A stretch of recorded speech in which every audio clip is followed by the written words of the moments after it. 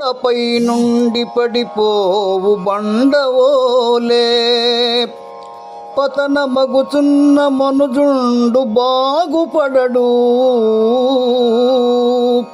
తప్పుగా పంగ చేయును తప్పు మరలా మరచిపోబోకు మెప్పుడు నా మంచి మాట.